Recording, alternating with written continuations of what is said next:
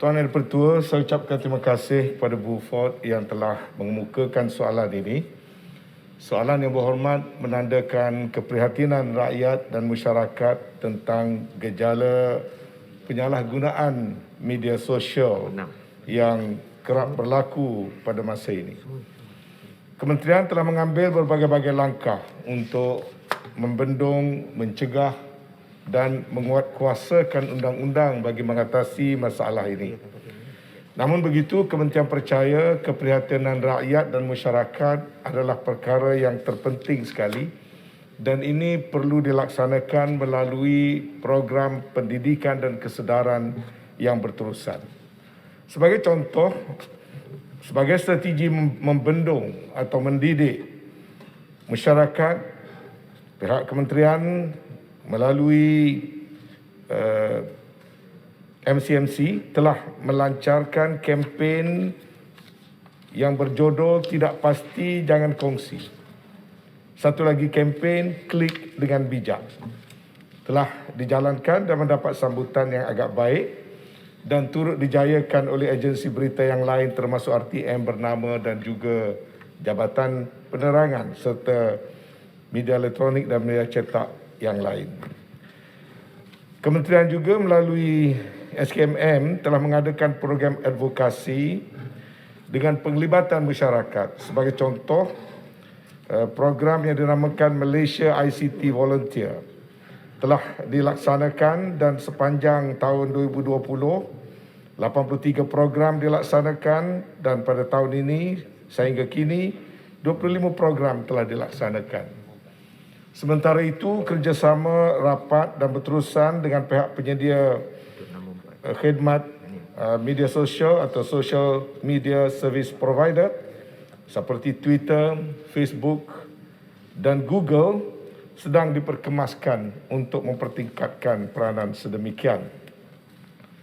Juga untuk makluman Dewan Yang Mulia ini, satu pasukan Rapid Response Team ataupun pasukan respon pantas yang dianggotai oleh pegawai-pegawai berkemahiran daripada Kementerian, MCMC dan Majlis Keselamatan Negara telah juga dibentuk.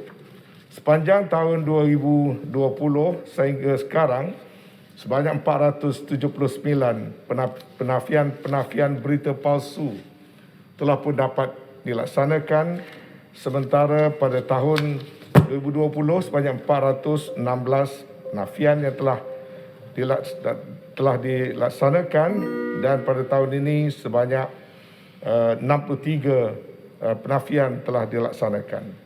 Selain daripada itu, diwujudkan juga portal sebenar.my sebagai satu sumber untuk mendapatkan berita-berita yang lebih tepat. Dan Alhamdulillah, pada sepanjang tahun daripada 2020 hingga Julai 2021, portal ini mendapat 186 juta layaran dengan 9.83 juta hits yang menunjukkan peningkatan yang amat tinggi sejak berlakunya penularan COVID-19. Demikian antara usaha-usaha yang terus dijalankan oleh kementerian untuk mengatasi masalah ini. Sementara itu, penguatkuasaan sedang diberikan perhatian untuk menguatkuasakan undang-undang sedia ada, khususnya Seksyen 505 Kanun Keseksaan dan juga Akta Komunikasi dan Multimedia 1988. Untuk makluman, kementerian sedang meneliti lebih lanjut perkara ini untuk memastikan kawalan yang berkesan dapat dilaksanakan bagi mengawal penularan berita-berita tidak benar, terutama sekali di WhatsApp, Facebook dan juga saluran media yang lain. Terima kasih Yang Berhormat Tuan Yang Dipertua. Menteri, soalan tambahan pertama. Menteri, di atas jawapan yang diberikan, saya mendengar dengan teliti apa yang disampaikan tadi, tahniah saya ucapkan. Namun soalan saya, tambahan saya, kita dapati bahawa ada segelintir rakyat Malaysia yang pada masa kini masih lagi terpengaruh oleh berita yang tidak benar, yang palsu ini, menyebabkan ada di antara mereka yang masih belum mau menerima vaksin untuk membantu mereka dalam menghadapi COVID-19 ini. Saya ingin tahu berapakah bilangan daripada apa yang telah dibuat tinjauan pengamal perubatan yang berdaftar yang menyebarkan maklumat palsu berkaitan vaksin sehingga mencetuskan kekeliruan dalam kalangan rakyat. Apakah tindakan yang dibuat oleh kementerian untuk memperbetulkan persepsi yang lahir disebabkan oleh berita-berita palsu ini melalui WhatsApp, Facebook, Telegram dan aplikasi yang lain? Dan adakah kementerian akan mengenal pasti bersama-sama dengan kementerian yang lain untuk memperkenalkan hukuman ataupun penalti yang lebih tinggi lagi, memandangkan penyebaran fake news ini masih lagi berleluasa, dan juga sejauh manakah, saya ucapkan tahniah di atas penubuhan pasukan respon pantas PRP, sejauh manakah keberkesanannya selepas PRP ini diwujudkan dalam menangkis berita palsu daripada terus disebarkan oleh mereka yang tidak bertanggungjawab ini. Terima kasih. Terima kasih. Silakan Yang Berhormat Menteri. Terima kasih Yang Berhormat. Secara umum dapatlah saya nyatakan bahawa penyebaran berita palsu berkaitan dengan vaksin COVID-19 telah banyak berkurangan berbanding dengan di peringkat awal vaksin dan program vaccination diperkenalkan. Dan ini kita ucapkan terima kasih kepada masyarakat kerana tahap kesedaran dan penerimaan program vaksinasi telah menjadi bukti bahawasanya penularan berita-berita sedemikian tidak lagi begitu berkesan. Namun begitu, saya tidak menafikan bahawa masih ada, termasuk di kalangan pengamal perubatan.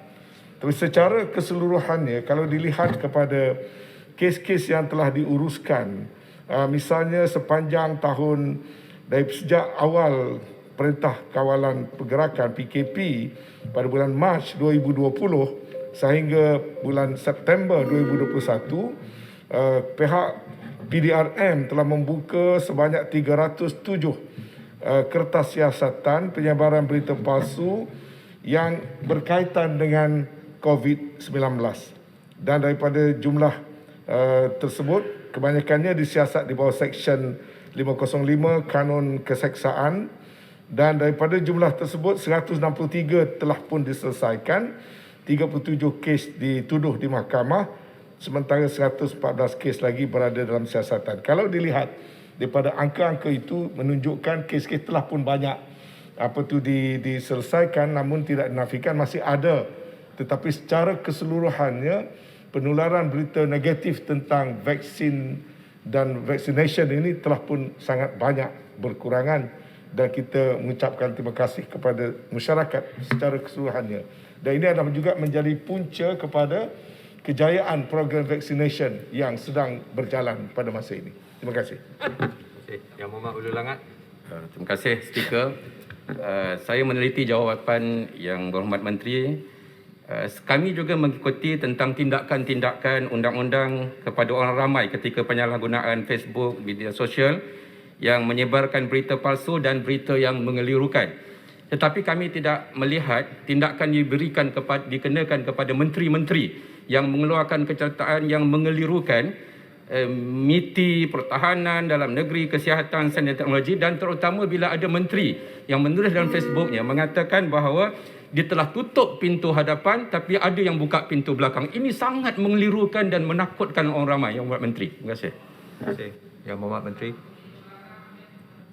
Yang Berhormat, sebenarnya undang-undang tidak membezakan sama ada seorang menteri atau kalangan rakyat biasa. Tinggal lagi mungkin ada perbezaan pendapat. Mengelirukan bagi setengah orang, tidak pula mengelirukan bagi orang lain. Tapi asasnya adalah sejauh manakah sesuatu tindakan itu melanggar undang-undang, dan sekiranya siasatan menyatakan ianya melanggar undang-undang, maka tidak ada siapa pun yang berada di atas daripada undang-undang. Seperti mana kita tahu, dari segi penguatkuasaan kita telah lihat bagaimana menteri-menteri termasuk saya pun didenda beberapa kali bila melanggar SOP misalnya. 2 kali sekurang-kurangnya. Jadi kerajaan dapat memberi jaminan bahawasanya dalam menguatkuasakan undang-undang tidak ada yang membezakan sama ada seseorang itu menteri ataupun tidak, dan dia bergantung kepada penyiasatan dan kes-kes yang berkaitan. Terima kasih, Yang Berhormat.